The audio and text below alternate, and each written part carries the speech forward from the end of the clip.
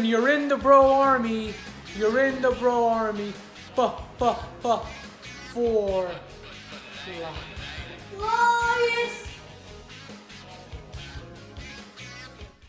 Ladies and gentlemen, welcome to NXT The Game Season 1, Episode 4. It is me, Mikey Bro, as always here, bringing you NXT. Today, we're bringing you NXT in front of 626 people on center stage.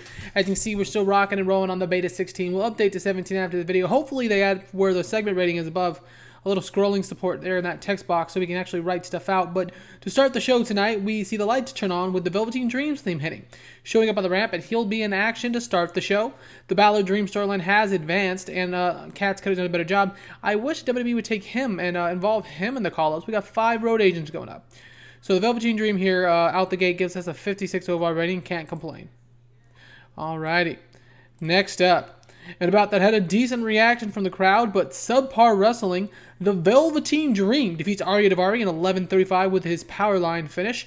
The Dream had a 44 with Debarring's 33, bringing our overall rating to a 45. Could have been better, could have been worse, though. Not going to complain for the opening match.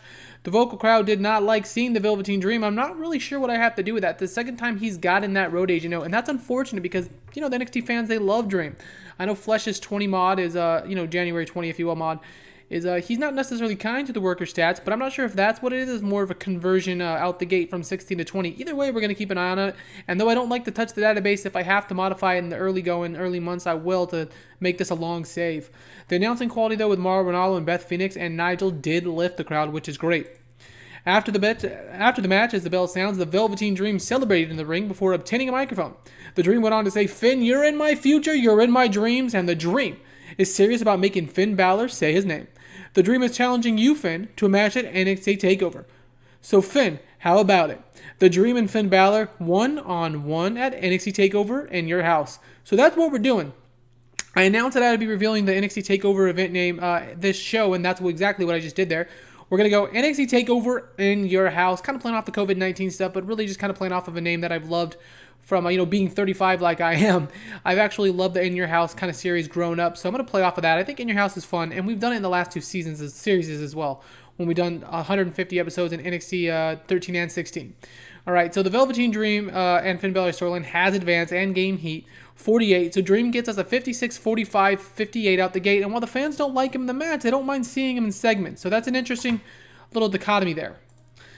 Next up, and about that didn't have much heat and had terrible wrestling, Dakota Kai with Raquel Gonzalez defeated Leah Pata in 4:54 with her top rope splash. They did not like Thapa. It was brutal to watch. They didn't like Dakota Kai either, which is unfortunate because she's a fan favorite. 12-38 for Kai and Thapa collectively. This bopped the crowd down. That's unfortunate. The Dream did great to start the show, but the announcing quality gave us a boost, which is great. All right, next up, the camera shows Finn Balor and the NXT Cruiserweight Champion Jordan Devlin arriving together. That's right. If you recall, Jordan Devlin helped Finn Balor in his main event match, and they're arriving together. And we'll address the NXT Universe tonight. The Finn Balor storyline and AJ Devlin storyline have advanced. Finn Balor was fantastic. Jordan Devlin performed poorly. Road agent notes, I don't know. Yeah, I guess it's not going to tell us, or actually I haven't seen it yet, about skill improvements. So maybe that's something. Maybe I'm just not doing it right. But I haven't seen any skill improvements yet. So maybe that's something we can look forward to in the future. Ryan Katz probably could have done a better job. All right, Katz. Come on now. We now see Roderick Strong walking down a backstage hallway as he's in action next. He's getting better at his gimmick. Okay, it'll show up. 37 overall. And Roderick Strong of the Undisputed Era defeats Tony Nese in 8:27 with his stronghold submission. 39-58. This match got the crowd interested again. That's great. Strong and Nese put on a fantastic match there. I was not expecting a 50 overall rating between the two of them, given the overness of both workers, but my lord. Roderick Strong, we know you're the Messiah of the Backbreaker. We know you're fantastic, but maybe Tony Nese had a little more to do with that than I thought. What I'm doing on the side is doing one event a week, calling them coconut loop events, which I kind of showed you guys in the first video to get some of the over guys over. And I'll have to throw Tony Nese in some of those, because if he's going to help provide a 50 rating, and it's not going to be just with Roderick Strong, maybe I can use the coconut loop to build him up and then use him to be building up other people on NXT TV. So 50 overall. Not going to complain there at all. All right, next up, a video package pops up on screen hyping the second official match at NXT TakeOver in your house. But to get to that match, next week we'll have a match between Everrise, Chase Parker, and Matt Martell, the grizzled young veterans James Drake and Zach Gibson, The Lucha House Party is Grand Metalik and Lince Dorado, and Tyler Breeze, who will be teaming with the Brian Kendrick, replacing the injured Fandango in the save for right now to be teaming with Tyler Breeze. The winners will be chasing the Broserweights at the TakeOver pay-per-view. So as of right now, we're leaning towards Finn Balor versus Velveteen Dream, obviously. And this is another one, another big one here. The winner of this match next week will be facing the Broserweights, Riddle and Pete Dunne, for the NXT Tag Team Championships.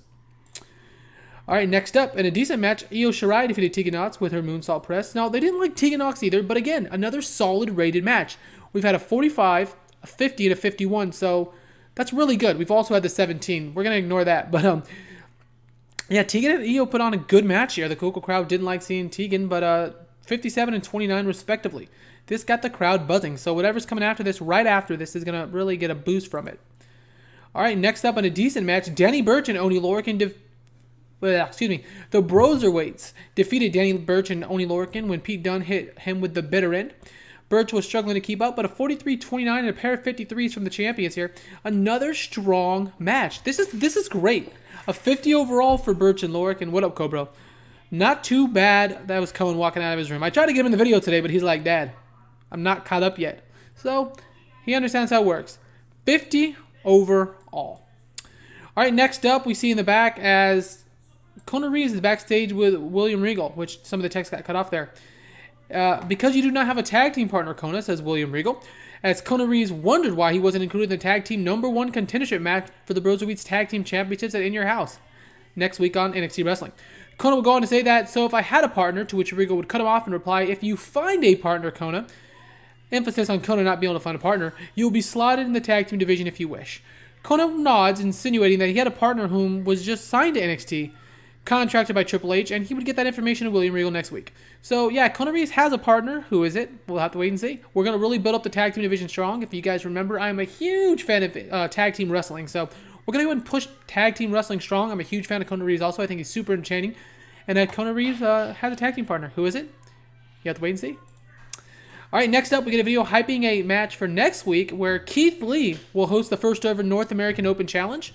The Undisputed Era and former NXT Tag Team Champions Bobby Fish and Kyle O'Reilly will be in action, as well as Tommaso Ciampa taking on Timothy Thatcher next week in NXT Wrestling. So a few huge matches next week on NXT, not including the tag team match. So a lot of big matches. 41. We come back from a commercial break where Finn Balor and the NXT Cruiserweight Champion Jordan Devlin are making their way to the ring with a microphone. Devlin goes on to say that Finn approached him about aligning with one another, and he was against it at first, said Devlin. Devlin says, it took me years to break away for Finn Balor. I was always associated being his graduate, if you will, and having been trained by him. But the more I thought about it, said Devlin, the more it made sense. Finn put his arm around Devlin and smiled and sensibly said, and it made sense. I trained Jordan. I know what Jordan has in him. You all don't. And like me, Jordan's the real deal. Call one, tell all, and be ready, because Finn Balor and Jordan Devlin are about to change NXT. So another pair of guys who maybe not necessarily will be slotted in the tag team division out the gate. Balor's obviously a huge star, and I'm really trying to build Devlin up in the Cruiserweight Championship up, but another pair of guys who I can put together. I find this interesting. I got a 37 rated segment with Finn Balor, so that's kind of low, what I was expecting. The two storylines have advanced, the quality lifted the match, and the lack of anything interesting happening in the segment was a problem. So maybe that's what happened there. All right, we get a split screen of Johnny Gargano with Candice LeRae coming to the ring, as well as Killian Dane, because the main event, guys, is coming up next. 34 rating here. And in the main event, Johnny Gargano defeated Killian Dane with his Gargano escape. Dane got a static response from the crowd who weren't impressed. He was off his game. Borash could have done better. Well, that's fine, Borash, because you're getting called up. Apparently, you did great in the Undertaker match, so you're going up. Gargano had a performance of 56, Dane with a 28. We're going to go and end it here. So a 52 overall rating. This is our best show to date. It increased our popularity in 52 regions. Our best NXT show to date, actually. We also had the NXT We Are NXT TakeOver event that got a much better rating, obviously. But that was with all the stars from WWE. So we are really getting to the groove of our save now, guys. We've really raised it from a 36 to a 43, I believe it was, now to a 52. We're in the groove here, I feel like. Well, not in the groove yet, but we're getting there. So let me know down below what you've liked about the first couple editions of NXT, what you guys would like to see, because I'm trying to make this series more interactive than I have in the past. Please shoot me ideas. And Adar, if you're wondering, yeah, man, Mr. NXT, he will be back. He's coming. Mr. NXT is always in our save, so he'll be returning shortly. We've never revealed him in over 300 episodes, but maybe this time, who knows? Probably not. But anyways, this is me, Mikey, bro, NXT The Game. TEW2020 Season 1, Episode 4. Wishing everyone a glorious rest of your day.